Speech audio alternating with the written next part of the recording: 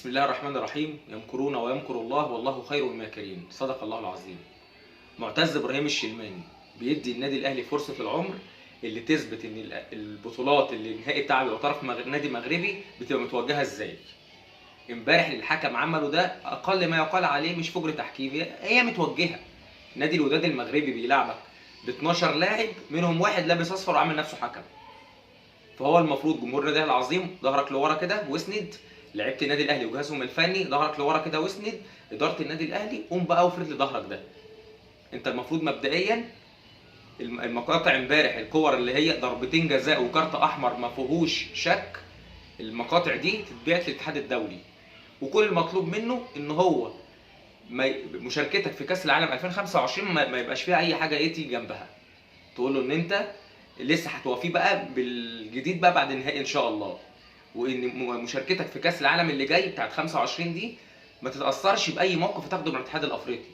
والاتحاد الافريقي ده بعد النهائي كابتن خطيب قاعد جنبك اللي هو متسبي ده، تقول له مبدئيا السوبر الافريقي او تسميه بقى سوبر ماريو سوبر مان اي حاجه، انا مش مشارك فيه لحد ما اقعد مع مجلس ادارتي ونشوف هناخد ايه القرار اللي احنا هناخده. وبطوله 2024 و25 دوري ابطال افريقيا ولا تلزمنا، العب مكانها البطوله العربيه هتجيب فيه منها فلوس احسن. بطوله 23 24 و25 مالهاش لازمه، هتبقى بالنسبه لنا مجرد رقم. كده كده انت رايح كاس العالم 25، فمش هتفرق معانا كتير، لان لازم حد للي بيحصل ده. اي نهائي طرفه نادي مغربي بيبقى الفجر التحكيمي ده. انت السنه اللي فاتت الجواب بيختفي وبتلعب النهائي هناك، والسنه دي الحكم واخد تعليمات واضحه ما تخليش مباراه العوده تحصيل حاصل. تعليمات واضحه جدا ان انت ما تخليش مباراه المغرب زي قلتها، حجم الاهلي على قد ما تقدر. ده هو امبارح كان نفسه بيعطل اللعب. غير كده من سنتين بيراميدز قدام نهضه بركان برضو بيتذبح.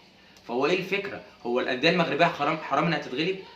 ما احنا عايزين نفهم، الانديه المغربيه حرام تتغلب؟ دي حاجه احنا مش فاهمينها. فدلوقتي الناس اللي بتتكلم فني ويقول لك اصل امبارح محمد عبد المنعم ولا غلطه علي معلول، انت بتتكلم فنيات ايه؟ انت الحكم في كوره طرد مباشر والنتيجه 2-0، بيرسي تاو وحسين الشحات هيروحوا ينفردوا بالجون من نص الملعب، 3-0 خلصت. ضربه جزاء في الدقيقه 8 لو جت الماتش هيفتح. انت اللعيب المفروض يطرد وضربتين جزاء يعني 4-0 وهو مش هيجيب جون لانه هيدافع. فانت فنيات اللي بتتكلم فيها. عبد المنعم ايه اللي غلطان؟ علي معلول اللي غلطان؟ اللعيبه دي يا جدعان مش حديد، ده بني ادم. نهائي ضغط اعصاب، عايز يفرح جماهيره دي مش عايز تروح زعلانه، عايز يحسم الماتش من بدري، وضيف على ده كله حكم ما بيديلوش حقه. فاللعيب هيجيب اعصاب منين للكلام ده كله؟ انا مفيش اي لعيب بلوم عليه، حتى مستر كولر اتاخر في التغييرات وانت شايف نص الملعب بيتسحب منك والوداد بيهاجم والكلام ده، بس برضو الاخطاء التحكيميه اثرت مليون المية على نتيجه المباراه. يا راجل ده ضربتين جزاء وكارت احمر، انت عايز ايه تاني؟ انت عايز ايه تاني؟ الواحد امبارح بقى حاسس ان ضربات الجزاء اتلغت من قانون كرة القدم من الساعة 9 للساعة 11. فهو سبحان الله يمكن ان اللي حصل امبارح ده يبقى ليه اثر على مباراة النهائي، لان انت المفروض الحكم اللي محطوط علشان يظلمك الماتش الجاي مش ده. بس لعيبة النادي الاهلي امبارح الرجالة اللي بقوا ضاغطين، بالذات بيرسي تاو وحسين الشحات ومصطفى شوبير الواحد يسقف له، اجبروا اجبروا ان المباراة تبقى مفتوحة وفيها فرص خطيرة، اجبرت انها تكشف الحكم على حقيقته. انت المفروض بملاك سيمبا ده هو اللي متشل الكلام ده. فانت دلوقتي الاتحاد الافريقي من وجهه نظري ما اعتقدش ان مباراه العوده تبقى بنفس المنظر، لان ضربتين في الراس توجع. هيبقى مباراه ذهاب وعوده بنفس الاخطاء دي، لا يبقى انت كده انت بقى انت موجهها صرف، انت بتقول انا فاسد. هيبقى انت كده بتقول انا فاسد. احنا كلنا عارفين بس ما كانش عندنا دليل. مباراه امبارح واللي عمله معتز ابراهيم الشلماني ده بياكد فعلا ان البطوله متوجهه، خصوصا لما يبقى طرفها نادي مغربي. غير كده المباراه العوده لو مشيت بمسار طبيعي اقسم بالله هتاخدها من المغرب. اذا ما كسبتش مش هتتغلب، لسبب سيمبا التنزاني احرج الوداد المغربي على ارضه ولعبوا 120 دقيقه وضربات جزاء، والوداد المغربي صعب ضربات الجزاء. الهلال السعودي بيكسب الوداد المغربي على ارضه.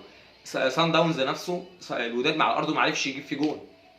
سيبك من ماتش العوده، الوداد على ارضه ما عرفش يكسب سان داونز لان جماهيرهم بتبقى ضغط عليهم زياده. يعني برضو الاجواء اللي بيعملوها جماهير المغرب برضو بتشد لعبتهم وبتضطرهم عصبيه. فهي مباراه العوده لو مشت الامور طبيعيه ومن غير اخطاء تحكيميه البطوله بتاعتك. وعشان كده كلنا زعلنا لما الوداد اللي صعد، كلنا كنا عايزين صن داونز ليه؟ كله قال جمله واحده، هيبقى نهائي كوره. انما احنا ما كناش عايزين الوداد بسبب كده، عارفين ان القصه هتبقى البطوله بتتوجه من غرف مغلقه وحسابات تانية خالص. غير كده يا عم، انا لو مثلا الوداد مش راح كاس العالم، ما كسبش النسخه اللي فاتت، اقول لك عايزينه عشان يشارك في 25، كده كده الاهلي مشارك فمش هتفرق معاه. انما طب ما هو الوداد واخد البطوله اللي فاتت، ما هو كده الاهلي والوداد وبطل النسخه دي واللي جايه. النسخه دي كده كده الفرقتين مشاركين، النادي الاهلي ونادي الوداد، فطبيعي هيبقى فيها تصنيف. انت بتوجهها ليه؟ انت بتوجهها ليه؟ تاني حاجه، احنا في عصر عيسى حياته بنتظلم، في عهد احمد بنتظلم، في عهد المستسيب ده بنتظلم. طب في ايه؟ مين اللي عايز النادي الاهلي يعطله؟ مين اللي حابب النادي الاهلي ما يبقاش فارق بالارقام دي عن بقيه الفرق؟ فهو اللي حابين نقوله، اداره النادي الاهلي عليك انك تتحرك وتوقف، لازم بقى يبقى ليها رد فعل. شغل بقى الشياكه والذوق والتعامل باحترام ما بقاش نافع. انت البطوله دي لو راحت في 60 داهيه، في 60 داهيه. انما اهم حاجه بعد كده لازم تعمل لي حساب. بطوله 24 و25 ما لهمش اي لازمه، كده كده انت هتشارك في 25 في كاس العالم، فمش فارقه. اعلق مشاركتي سنتين والعب البطوله العربيه احسن منها، لحد ما الاتحاد الافريقي ده يورينا بقى هيعمل ايه. البطوله من غير النادي الاهلي تسويقيا صفر، وريني بقى هتلعبها ازاي. والسوبر الافريقي ده مبدئيا كده المفروض ما نلعبوش. هو ايه ده؟ ايه حرقه الدم دي؟ ايه حرقه الدم دي؟ ليه دايما كده حقنا ده من زمان؟ ليه دايما النادي الاهلي او الانديه المصريه في النهايات لازم يبقى عليها ما ينفعش ياخد البطوله؟ ليه؟ ما تخلي عامل موضوع كوره. عشان كده الواحد كان عايز يقابل صن داونز، كانت القصه هتبقى كوره.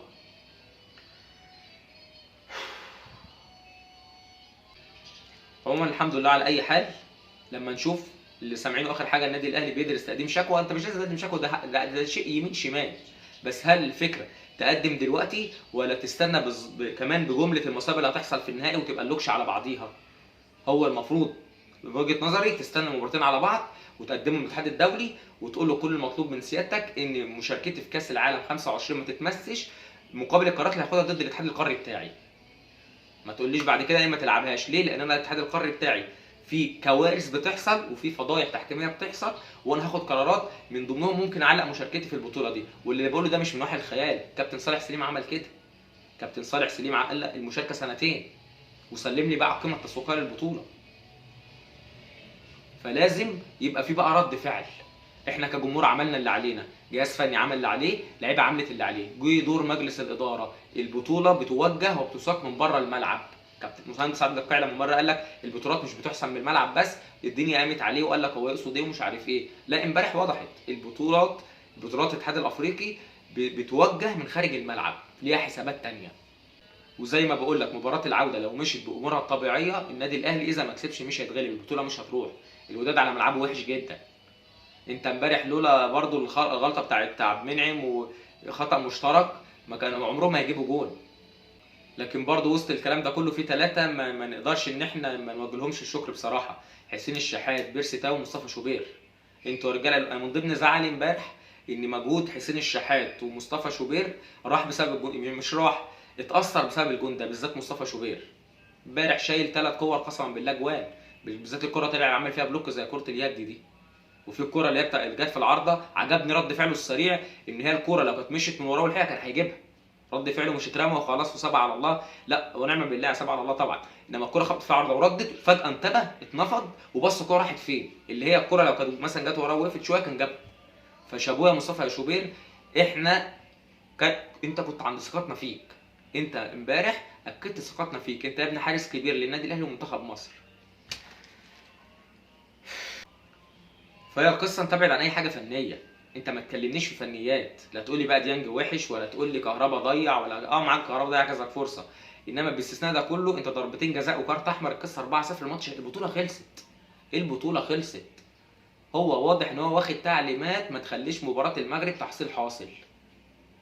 فدلوقتي بقى والجديد اللي عرفناه امبارح ان بمملكه سيمبا ده عنده خلافات مع رئيس الاتحاد المغربي صلاه النبي. طب وانت جايبه لي ليه بقى ان شاء الله في اخر مباراه ليه؟ ايه جايبه يصالحه؟ ما انا عايز افهم. انت جايبه يصالحه ويحسب المباراه لصالحه؟ ما نفهم احنا بقى. انت جايبه اللي جايبه ليه؟ ما هو كده الراجل ده كده معناه ان هو مهدد بماضيه ومستقبله. الراجل ده كده محطوط تحت ضغط ماضيه ومستقبله. لو حكم بعدل ربنا خلاص شكرا كده كده اعتزل، وريني مين اللي هيشغلك. ولا في اتفاق ان انت تهدي لي البطوله وتتعين مسؤول مثلا في تمسك لجنه حكام ولا مش عارف ايه. غير كده من ضمن الكلام يعني اداره النادي الاهلي انت فين وهو بيعين لك حكم لسه صاعد لمباراه الذهاب وحكم اخر مباراه ليه في مباراه الاياب؟ امال فين حكام الصف بتوع القاره اللي بعتهم كاس العالم يلعبوا في قطر؟ فين يعني؟ لما انت بتجيب لي الحكام دي، فين الحكام الصف بتوع القاره اللي شاركوا في كاس العالم؟ تاني حاجه، المفروض النادي الاهلي القرار اتاخد بعد البطوله دي، هو يعني بنسبه كبيره من اللي احنا شايفينه هو اللقب كده خلاص. لو رحنا نادي الوداد ممكن نلاقي البطوله هناك. فانت المفروض تعمل اتصالاتك مع بقيه الانديه، نادي الرجاء المغربي، نادي الترجي التونسي، نادي وفاء الصيف، نادي شبيبه القبائل، الانديه دي يا جماعه انا في قرار هاخده بتعليق مشاركتي من الاتحاد مع الاتحاد الافريقي في البطولات بتاعته. هل حابب ينضم لي؟ حابب ينضموا لك خير وبركه، ساعتها نقعد ونحط قوانين لمشاركتنا بعد كده. رقم واحد، المباراه تبقى نهائي من ماتش واحد ويلف القاره كلها باستثناء الملاعب او الدول الغير مؤهله. البند الثاني يتحط ان حكم واحد من حكام الصفوه الثلاثه في العالم، احسن 3 حكام في العالم من بره القاره، سيبك من افريقيا، افريقيا ما فيهاش تحكيم، افريقيا ما فيهاش حكم عدل. حتى مصطفى غربال اللي كنا بنقول عليه امبارح بطاطس، البطوله تتلعب على ملعب محايد ويتحدد من قبل البطوله والبطوله تلف القاره كلها. تاني حاجه، حكم صفوه من الثلاثه الاوائل في القائمه الدوليه بتاعت الاتحاد الدولي. سيبك بقى، مش مشكله حكم من بره القاره، هو مش عيب. يا اما ما شاركش، حبوا ينضموا لك اهلا وسهلا، ما حبوش خلاص انت تاخد قرار تعلق مشاركتك في النسختين الجايين، انا سنتين مش هلعب، وسلمني على القيمه التسويقيه وريني بقى هتبيع البطوله ازاي. ده اللي المفروض يتعمل.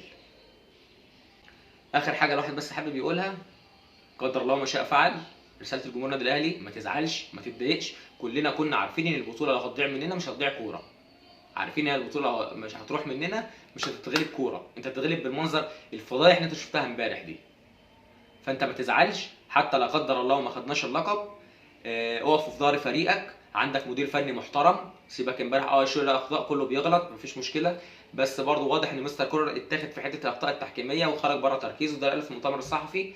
فانت المدير الفني اللي سانده اللعيبه ما حدش فيهم قصر، كله عمل اللي عليه. امبارح كانوا بيتعرضوا لضغط عصبي شديد خصوصا من الحكم اللي ما بيرضاش يديك حقك. فلو ربنا قدر والبطوله دي مش من نصيبنا، كده كده ان شاء الله هنشارك في بطوله 25. هتقول لي ما كنا نروح بلال البطوله دي في السعوديه؟ هقول لك يا معلم دي فيها السيتي، فيها 3 سفاحين، سفاح الفريق السفاح في العالم السيتي ومدربه جوارديولا، وهالاند اللي هو ما بيرحمش، عيل ما عندوش دم، عيل ما عندوش لا ربايه ولا خشه ولا اي حاجه، اي فرقه بيلعب قدامها ما بيراعيش اي حاجه. فانا بصراحه ما اتمناش مواجهته، تقول لي يا عم نقابلهم وبتاع، ما اتمناش بصراحه، مش ناقصه. فهنشوف ايه اللي هيحصل الايام اللي جايه، وان شاء الله خير، وان شاء الله باذن الله زي ما بدات معاك الفيديو، يمكرون ويمكر الله والله خير الماكرين. ان شاء الله كل الترتيبات دي هتيجي على دماغهم في الاخر، واللقب هيبقى اهلاوي والبطوله ال11 باذن الله.